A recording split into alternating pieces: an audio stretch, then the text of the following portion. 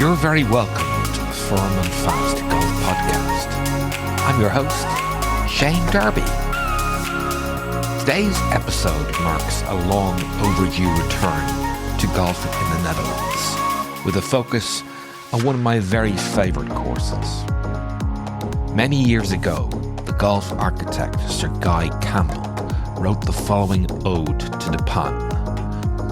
All players whose interest in the game extends beyond an unending and unequal contest with par have at one time or another conjured a vision of their ideal inland course. A course that shall incorporate all the fine features of a links, but with the light and shade, the aromatic scents and vistas and backgrounds of red bowled, green-headed pines. A course where fairways are spacious, where an erring shot will not be lost. The Pan has every one of these rare qualities. Indeed, as a dream course, it fits the bill. Utrechtse Golf Club de Pan is located on a sandy, forested heathland site, just outside the village of Bosch in Duin, in the centre of the Netherlands. Today's guest is Roderick Ritchie, none other than the Pan's course chairman. Over the course of the next hour or so, we will chat about the club's history, its association with Harry Colt, trees and vegetation, club culture, planning, sustainability, and more. Thanks for tuning in. We hope you enjoy our chat.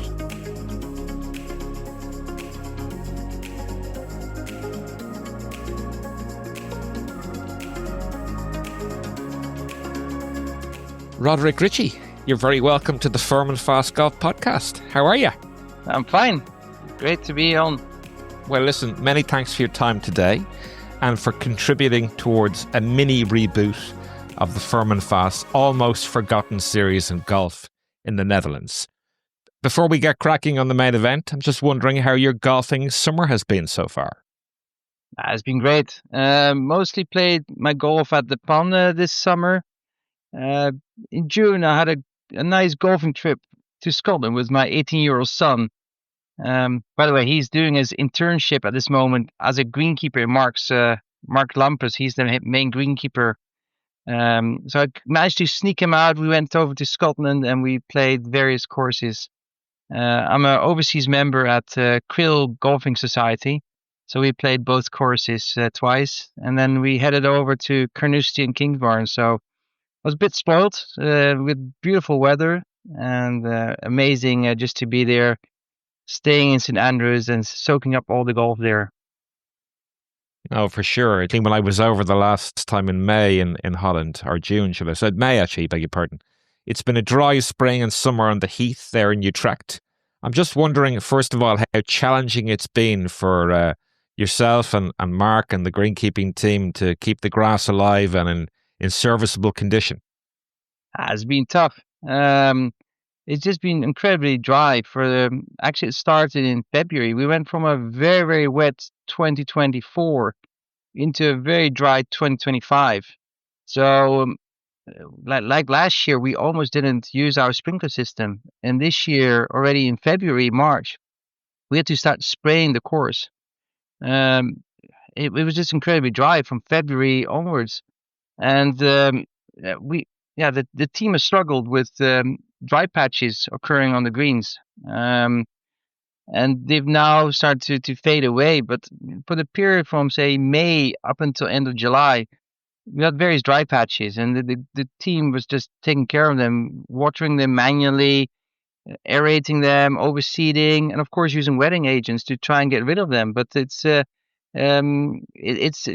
unpredictability of the weather is challenging, going from extreme dry to extreme warm weathers. You have to be just equipped to handle both extreme conditions. Before we get into too much more detail regarding the golf course, you might just give us a quick introduction to Roderick Ritchie, the golfer, and indeed, dare I say it, the tartan-clad Netherlander, no less. Yeah, you're right. I was born in Scotland, and my father moved over to the Netherlands back in the 80s. He was working for Royal Shell, and we moved over with the intention to go back to Scotland for him to continue his career. But it didn't happen. We stayed in the Netherlands. I would go over to Scotland, and that's where I picked up my golf when I was close to 10 years old. We would be there for holiday, and my parents would drop my brother, who's a twin. He's a member at the Noordwijkse, and myself off at the golf course. And we would just go out, play 9 holes, 18 holes, and my parents would pick us up in the afternoon.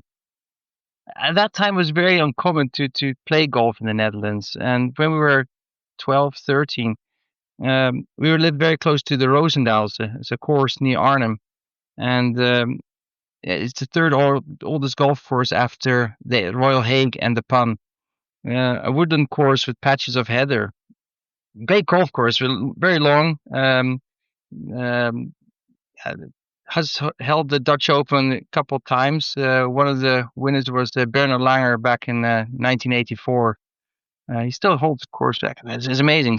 I think he had 63 or 64. Good golf. I grew up there and still very fond of that course. I met even my wife there. I was playing with her father a couple of times, and he introduced his daughter to me, and she became my wife. So what a golf course can lead to. My mom's still a member there, same as my father-in-law, who also served as chairman for the club for a couple of years. So I've still got a very special place. We got married, my wife and I, and we started traveling for work. Lived in Sweden, also excellent golfing location with a lot of golf courses. Moved over to Chicago, lived in the Chicago area for a period, and then we came back to the Netherlands, and we settled down 2 miles away from the Pan, and I was glad that I became a member there in 2019. Just wondering, Roderick, where you first developed an interest in golf courses and golf course architecture. Is it something that came as a result of membership of the Pan, or did it happen before that? Interest in playing good golf courses has been around for years, especially going on the trips with friends, but also my parents. Going abroad to Scotland, of course, but also in Europe, we would try and find some of the nice historic golf courses. But it's really increased over the last couple of years, and especially when I joined the Green Committee.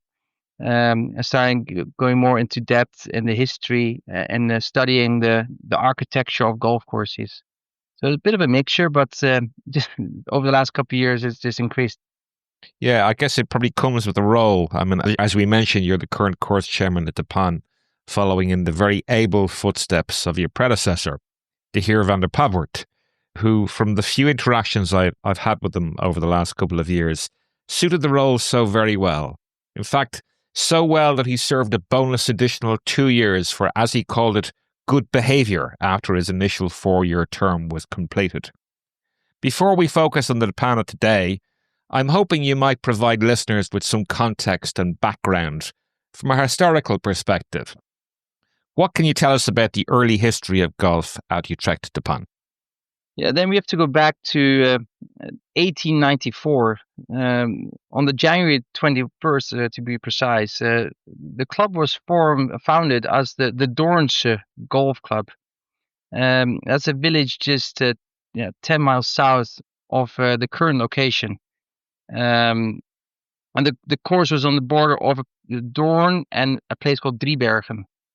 At that time, it was the second oldest golf course in the Netherlands, of actually golf club course. The Royal Hague was founded 10 months earlier than the Pan in April 1893. Also on a different location than where the current Royal Hague golf course exists. In those first, say, 30 years, I think one of the two main events. One was that they hosted one of the Dutch Opens in 1918. Another one was that they had a professional called Jos van Dijk, who was he was the first professional, and he also established himself as one of the leading professionals in the Netherlands. Um, um, but in the early 1900s, the golf was a very small and exclusive community in the Netherlands. And in that period, they were starting to struggle with where could they expand, could they get the right piece of land, and that's when they came across Harry Colt. He was working on a golf course near Zandvoort called the Kennemer, and word spread in golfing land that Colt was building a course in Zandvoort, and Colt was introduced to various key people, influential people in the golfing world.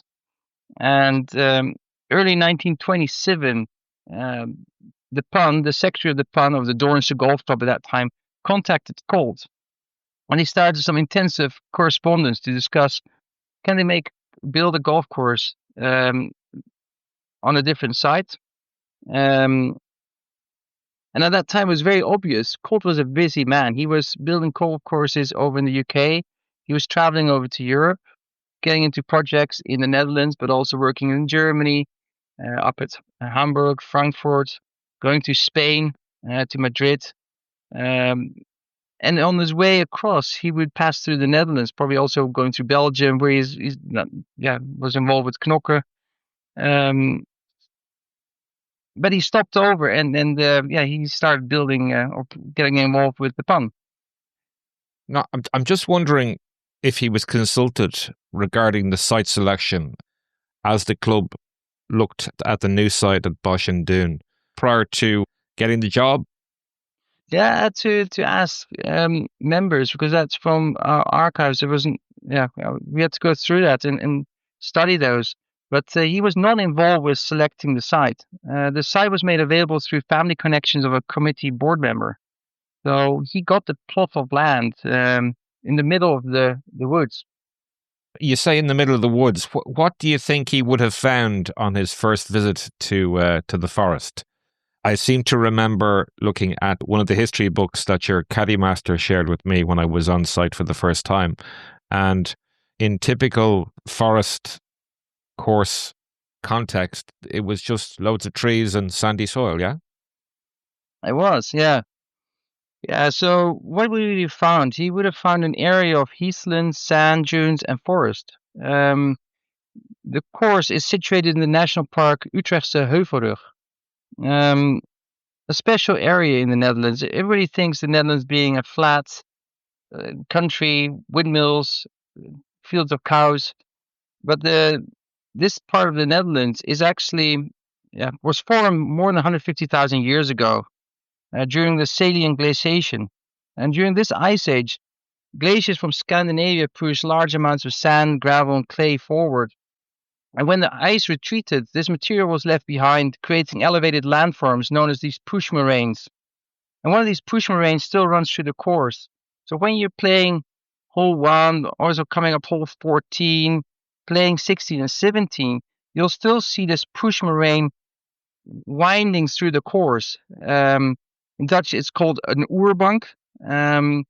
But it's still very clear how these traces are still visible, and Colt noticed it and used it to his advantage.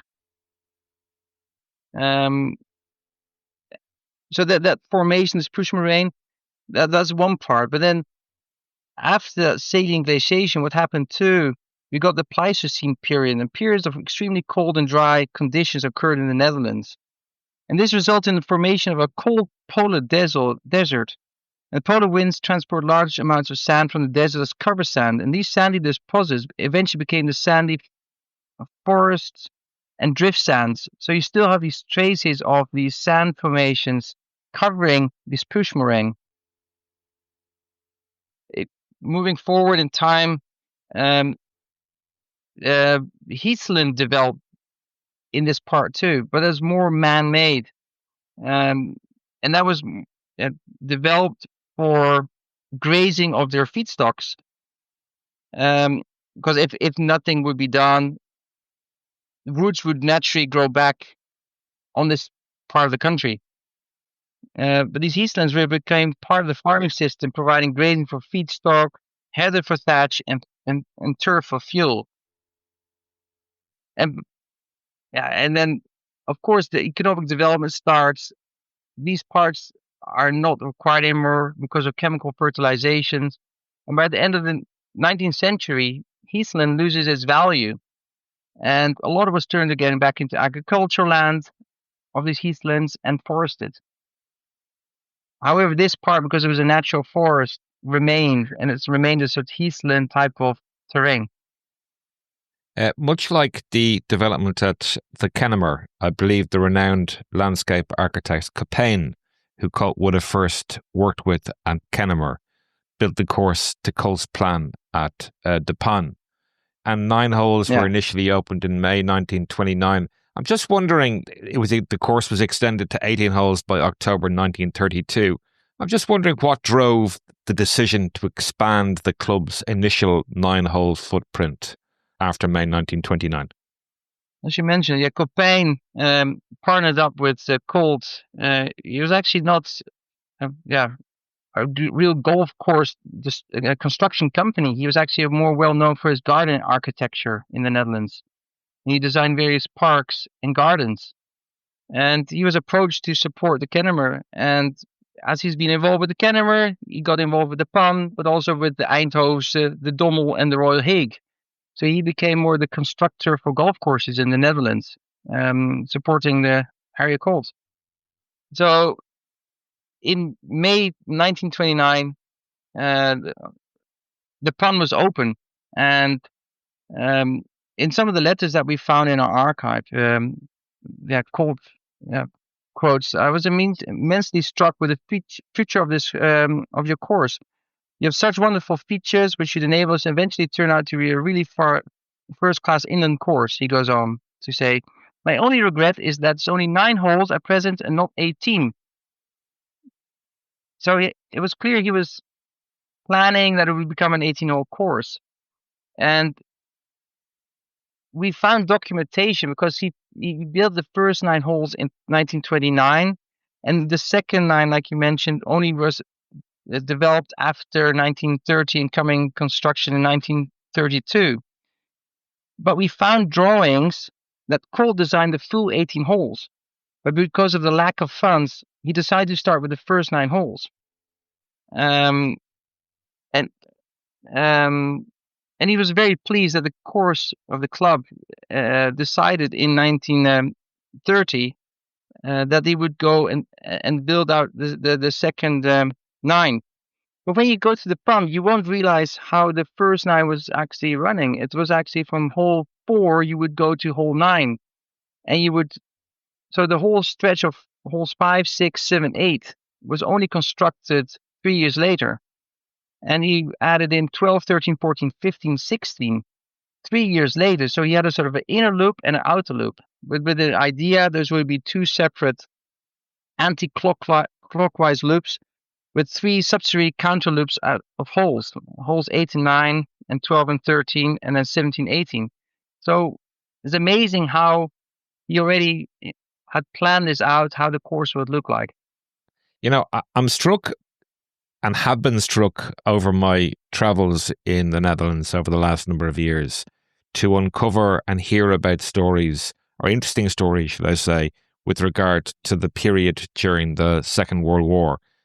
Royal Hague and the Kennemer come immediately to mind.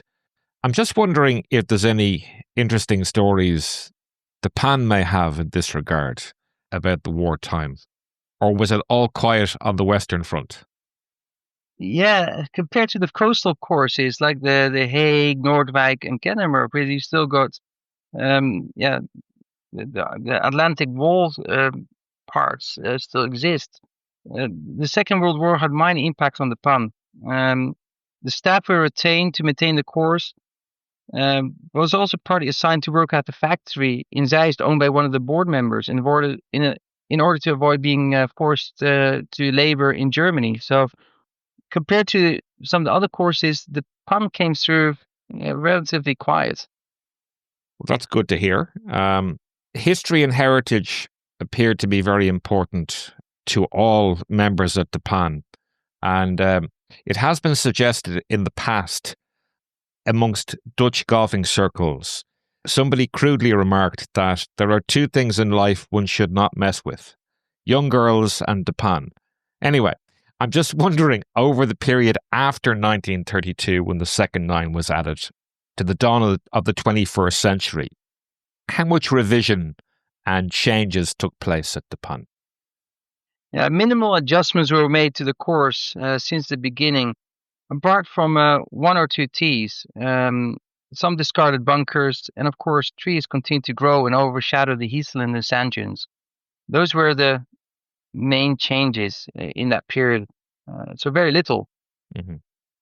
The club engaged with Martin Hawtrey towards the end of the 1990s, mainly focusing, I believe, on bunkering some greens and some new tees. I'm just wondering, was there a plan underpinning the Hawtrey revisions? And in hindsight, do you think there was merit in the changes that were undertaken? Yeah.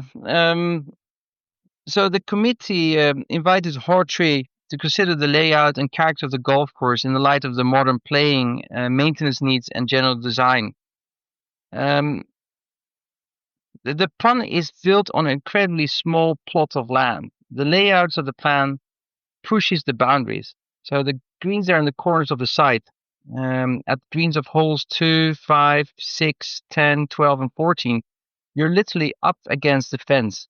There's no room to go beyond for construction of longer holes or tees. So Hawtrey realized that the lengthening of the course was not possible on the available space. His observation was that the best and fairest method of enhancing the quality and attraction of the fun was by siting new fairway bunkers. And these could provide greater strategy to the playing holes. And the plan was to position them, I'd say, 180, 210 meters from the metal tees. Outcome of his assignment was that various bunkers were added, and which personally don't match the bunker style of the rest of the course. And there were 3 new greens created. So greens on hole 5, 7, and 11. They were created with numerous slopes. Of these 3, only one remains, and that's on hole 11. So 7 and 5 have been redone to bring it back more into the cold tradition.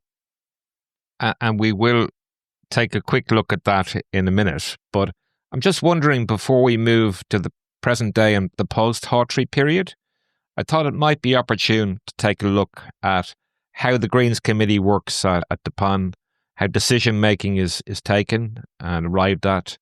And I believe you have some significant and subsequent auditing and analysis of said decisions, just to create a feedback loop, as it were.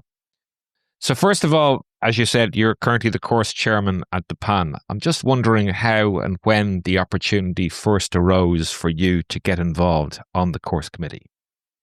Yeah, it's relatively short. I was asked about a year ago to join the course committee, and at the same time they also asked if I would be the chairman and also join the overall board of the club. So it's relatively short.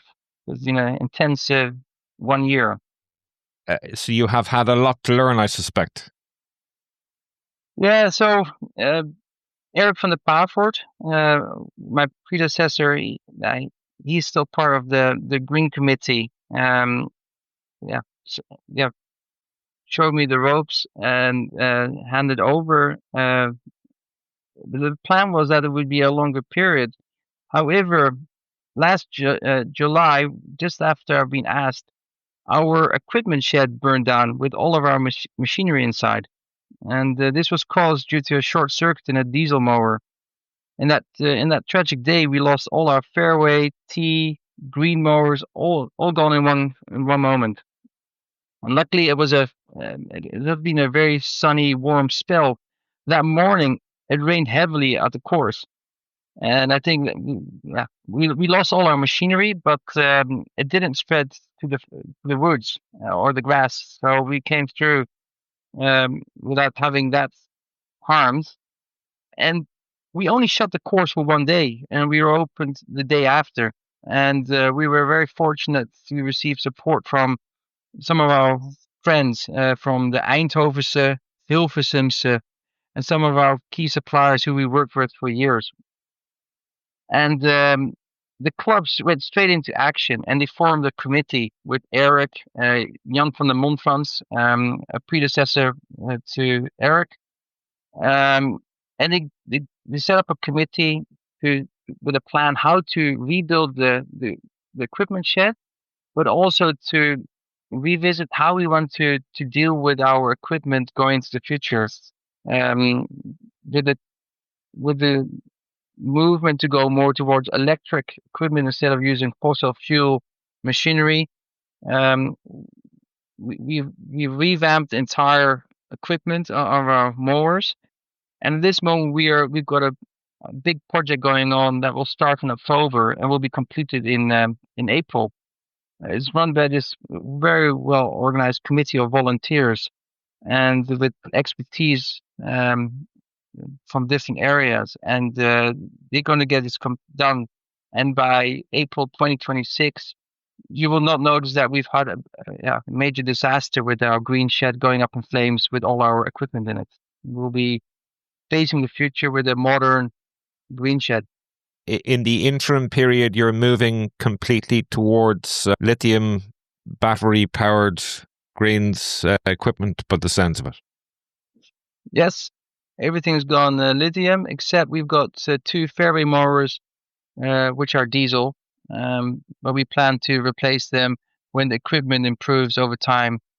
We saw the challenge with how we could mow the fairways with the right quality and fast enough, without making any modifications to the paths to get them through. So we found that the best solution now.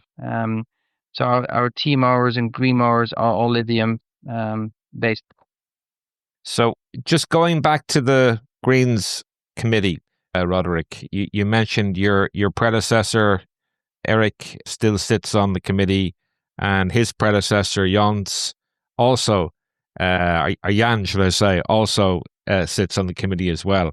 I'm just wondering what length of tenure can members of the course committee generally expect? Is it a posting for life, pretty much? Once you get on, it's difficult to get off? The chair has a 4-year term, and then 2 years for good behavior. And in the Green Committee, it's for 3 years, and then you could be extended for another 3 years. So we try to preserve the knowledge. We've got a lot of our plans and structure built for a longer term vision. That applies to tree management, heath management, also longer term how to deal with water. And having this structure in place avoids us having very knee jerk type of reaction for changes of having people come in and having their own ideas how they want to improve and refine the golf courses. And how do you ensure that the knowledge is passed on? I mean, are there reading lists? Are there materials you can tap into and read at your leisure? I guess what I'm getting at is, what advantages have the PAN found in having that longer term approach to committee membership? Yeah, like what I mentioned, extended tenure in this committee provides the advantage of learning over time, allowing skills and knowledge to mature naturally. Also learning and understanding from predecessors that things can't be rushed, but require patience and reflection. Working together, we have monthly Green Committee meeting. We've got a lot of the documentation preserved on a OneDrive where we have the documentation captured. We have exchanges with fellow Green committees for Heathland courses. So I had that yesterday, by the way, where I meet up with my colleagues from Eindhoven, Hilversum, Roosendaal, Alexandria, where we sit down together and exchange the challenges that we're facing and see how we can learn and partner together to avoid any mistakes. Yes, and it's consistent decision making. Not having these longer term plans for 10 years, and then having shorter term projects and documentation for the how to manage through that period of time, keeping the longer term strategy in perspective. Thus far, what have been the biggest takeaways from your time on the committee so far in terms of your knowledge base, or things that perhaps have surprised you?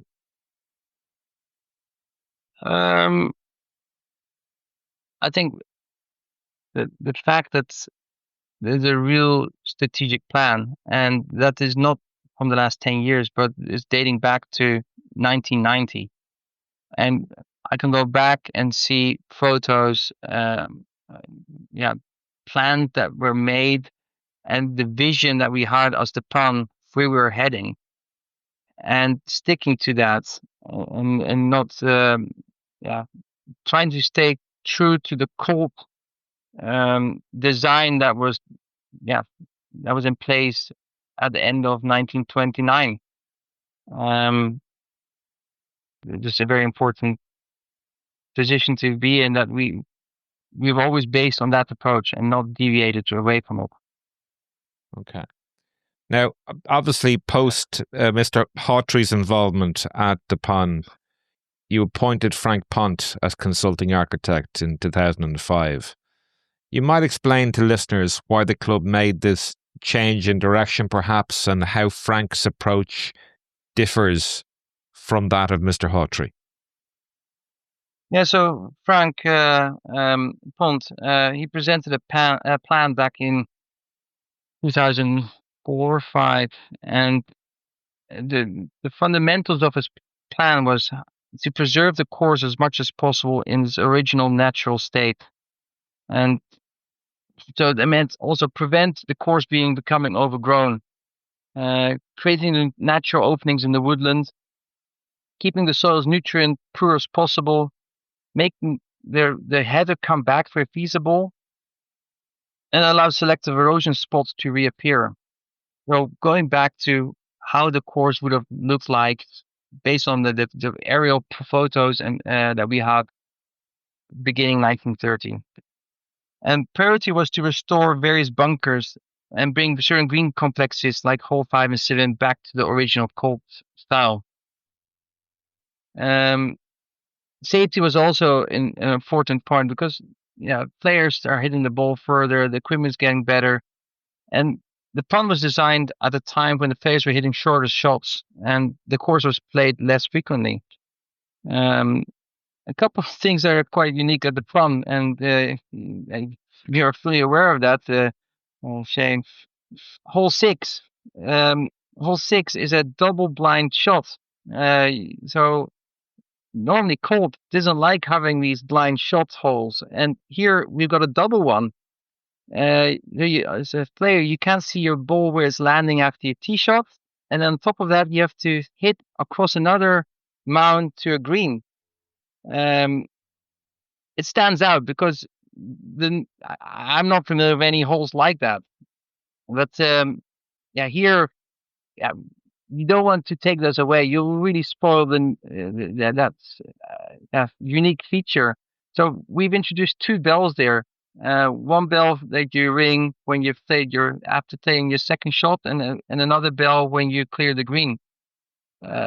Another of this unique thing at the pond is also hole 10, where hole 10 just very close to the clubhouse, and it runs. You cross the main entrance to the clubhouse, the path to the clubhouse, and there to warn people that players are coming through. There's a light switch to make sure that people are warned that you don't get hit.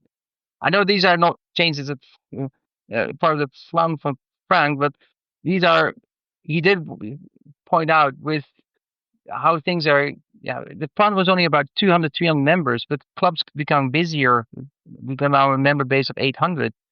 You have to take that into consideration. That you have to deal with safety. I think also another key part from what Frank worked with, there's also with Mark, the head greenkeeper, Mark Lampe. And they've been instrumental working together in making these changes and raising the course maintenance to a higher level while dealing with these increasingly strict standards, like how to deal with pesticides, for example, and less use of water.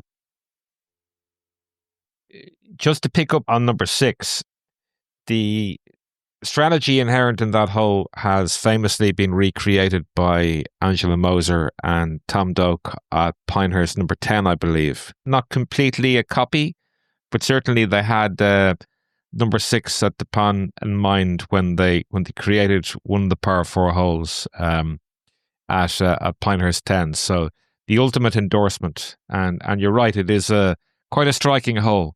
One has to pay attention to where one leaves one shot if you're even to have an inkling or a glimpse of where one might have to hit your next shot to. Yeah, I really agree. You mentioned that you're lucky enough to have a lot of artifacts and letters and drawings from Colt's correspondence with the club and obviously from his design iterations. I'm just wondering if having these letters and being custodians of these letters and drawings can be attributed to good luck, good planning, or perhaps just a little bit of both? Probably both. But we have a historical committee at the club, and they're trying to retrieve as much as possible from our archives, and these are being stored in a SharePoint environment where members can get access to see old photos, letters, documents, and to commemorate our club's 125th anniversary, a special book was published.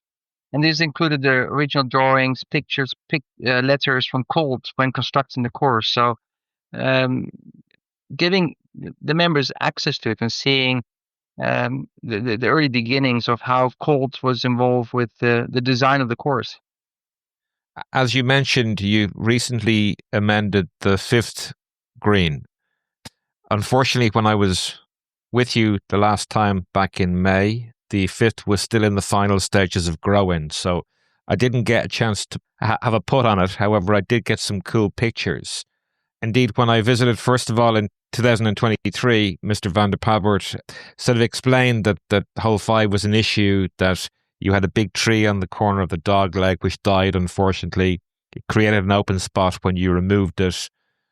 You obviously alluded to the fact that Mr. Hawtree had built what would be probably considered an atypical Colt green in the late 1990s. Mr. Pavert went on to say the green was not sited on good ground and stylistically was different from all of the other greens in form, design and aspect. You have now obviously reverted back to the 1930s Colt green. The new green is now open. I'm just wondering, how does it play, and more importantly, how do the members like it in comparison to what was there before? Yeah, the green was open middle of June, so just after you'd been, Shane. And members have been very positive with the changes made to the hole. The new green side now appears to be much more in flow with the surrounding topography. So when playing the hole, players have now the option to go left for their second shot over heather mound, leaving an easier third shot into the green. However, what we're seeing that players tend to take the more difficult straight line, which forces them to throw with the heather and wasteland area on the right and carry a deep bunker in front of the green. This wasteland area on the right that cuts into the fairway and then and almost at 45-degree angle then runs towards the green. And the green, it's tough. It slopes from the front to the back with subtle slopes on the green from the right to left. And it's just an amazing sight when you're at the back of the green, looking down the hole, and you see the whole natural terrain that you're facing with the rolling fairway and then the heather It's currently now in full bloom, and then you see the flags sitting on hole 4 and hole 8 in the distance.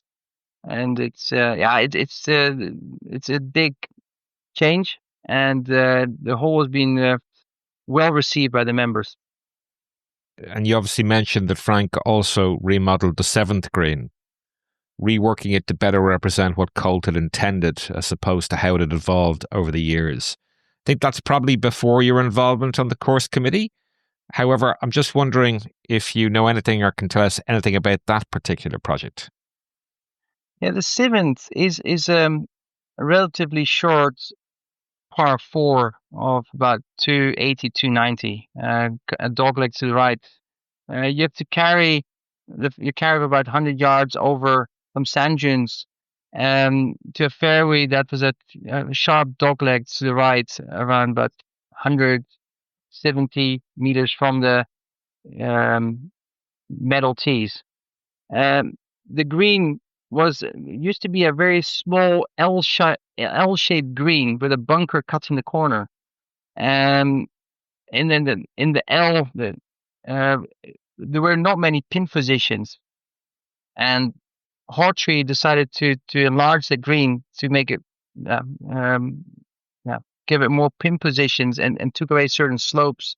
Added some extra slopes to the front of the green, which just made it not in this Colt style.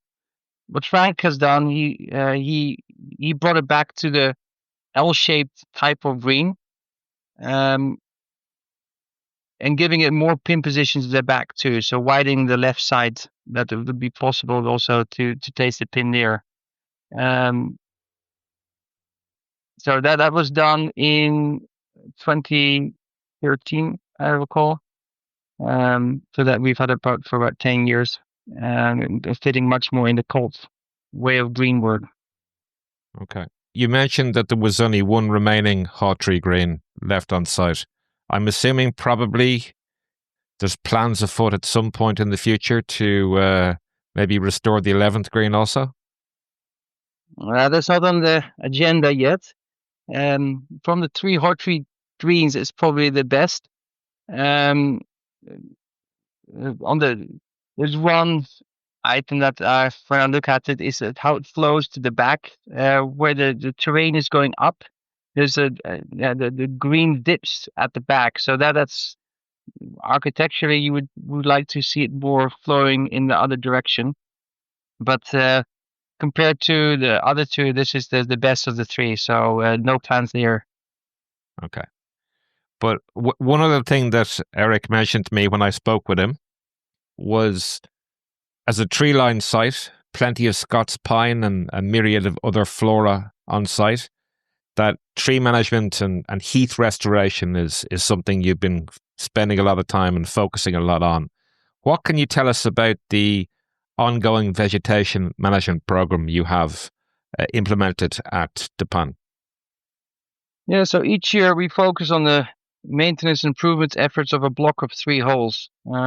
This allows us to work around the course over a period of 6 years. And the goal is to open up the playing lines, create longer and more inviting views, and more light around the greens. And it's also bring back the heather and sand dunes in sight and in play. At the same time, we're also trying to improve the biodiversity around the course. So besides Scotch pines, we would like to we want to have certain other tree to give the diversity in the course of color. But we also don't know, with the warming of the climate, what will happen if the pines will survive as the climate continues to warm up. So we need to also make sure that we keep some oaks or birches to give the diversity into course. And what we do with that winter program, we walk around the course, and we take photos, and also indicate where we want to make these changes, and those are discussed in the green committee before we take any action. If the 11th green is not on the chopping block, what perhaps is next on the to-do list from a course perspective? Yeah.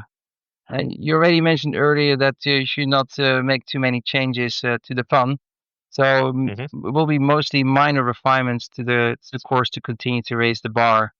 Water management remains a key priority, addressing the extremes such as prolonged dry spells and periods of heavy rainfall, and the improvement of the short game area to make the practice greens more representative to the rest of the course, getting the same type of contours and speed.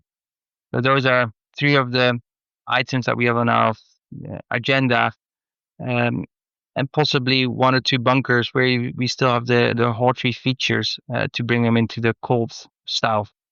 Roderick, I'd like to move on to the management model at UGC. Listeners may be interested to hear that you do not have a general manager there at the Pan. Most golf clubs would have a general manager. I'm just wondering how you are able to make that work, and what systems and procedures do you have in place, and who are the key staff members in making UGC work?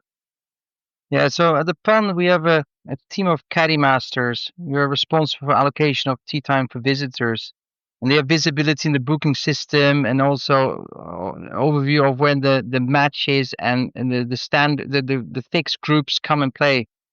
But the largest part of the week, we just don't have any starting times. Members can just walk up to the tee and place a ball in sort of a ball spiral. And if your ball is at the bottom, you can tee off. But quite often, it's not being used because it's pretty quiet.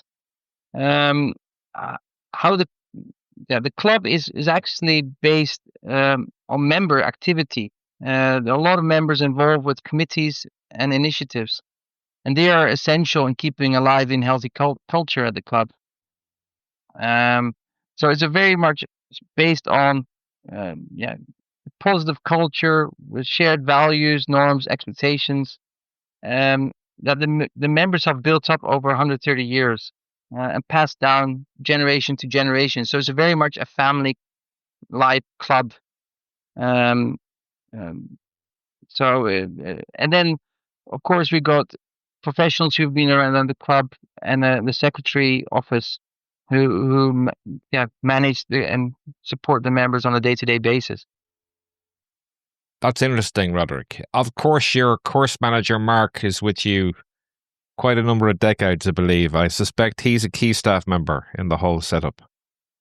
Yeah, Mark is crucial with his team in the whole course maintenance and improvements that they do. The entire staff has been working in his team for 20, 25 years, and they just know how the course develops through the year. So they're fundamental in how we can keep the course at a top quality level. And of course, you have your weekly Monday morning meeting with him on a weekly basis, yeah? It's actually Friday for me. Beg your pardon, wrong day. So Friday. Yeah, so we go through a list of topics and go through the week agenda. We discuss which tasks are required for the time of the year, like aeration, or do we do dressing of the greens. But in the winter, it's a more intensive period where you try and focus on other activities, on making sure that the stairs, which are based on wooden beams, are rebuilt. Cleaning out the shrubs in the woods to free up space again for heather. So it depending on the time of the year, the activities differ. I'd like to move on to the Pan's journey towards geo-certification and the club's acceptance of the National Golf Federation's 2020 on-course programme. I'm just wondering what directions the quest for geo-certification has led the Pan in over the past number of years. Yeah, it is enhanced in the policy of natural course management. So making sure there's with these current times where we're experiencing, for example, extreme weather, droughts, how do we deal with that? A couple of examples that we're dealing with is we installed solar panels on the green keeping shed. This will allow us to generate a significant share of own electricity in a sustainable way and reduce our dependency on external energy sources. Like I mentioned already before, all our equipment is now powered by electricity, minimizing fossil fuels. Besides those 2 large ferry mowers, we're really trying to reduce water consumption. We apply wetting agents to improve the soil's ability to absorb and retain the moisture. So finding ways where we can be more future-proof and running the club in a sustainable, long-term, natural way. And all this data around how we capture energy from the solar panels, how much water we use, how much chemicals are used, it's all captured and reported, and that's all visible in the on-course system that the National Golf Federation runs. It's probably useful to mention of 2 Dutchmen, namely Kees Collard of Eindhovense, who I met on the terrace when I was there back in June, and Martin Del Fortri of the Noordwijk Club. I understand they've both been centrally involved in furthering sustainability through chairing the R&A's Sustainability Committee. I'm just wondering how important their influence has been throughout Dutch golf in driving that 2030 golf course project, which I believe has been a central focus of both the NGF and your constituent clubs there in the Netherlands. Yeah. Now, Kees and Martin have been been really leading this effort and working very closely with the National Golf Federation in a sort of leadership role. And they've designed a roadmap and also promoting those practical sustainability guidelines to the golf courses.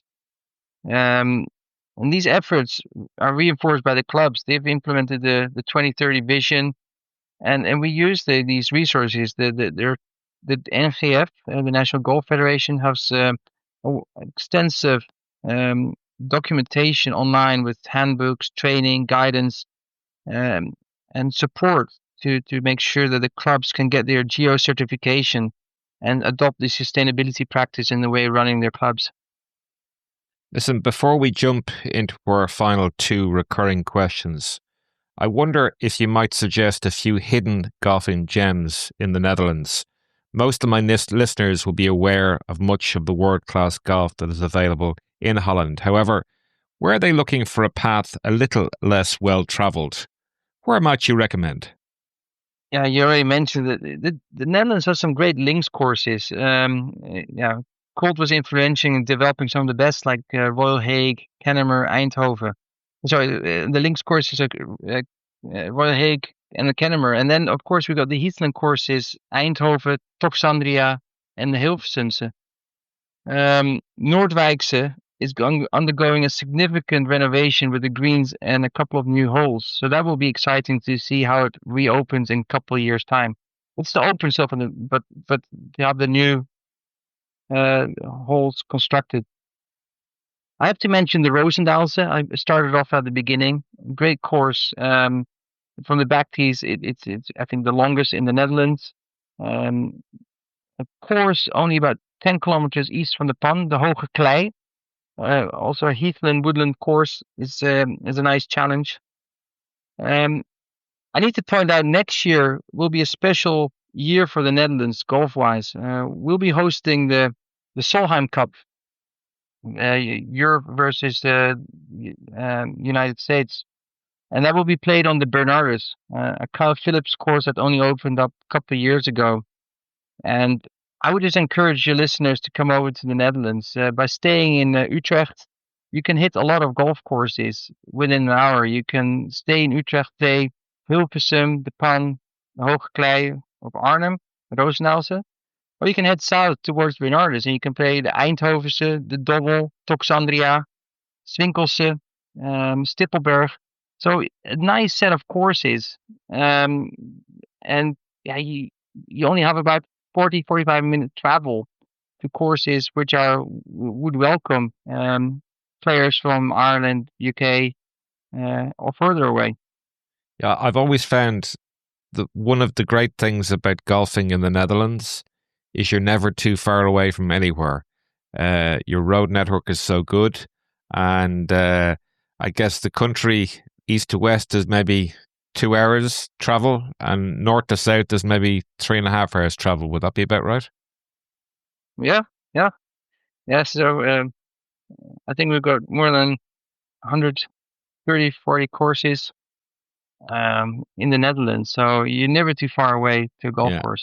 Well, listen, Roderick, the fat lady is commencing her vocal exercises as we start to wrap up. My second last question relates to your own specific course bucket list. You can choose roughly 5 courses. Perhaps they are return plays, or maybe places that you've never visited. Where are you choosing, and why have you chosen them?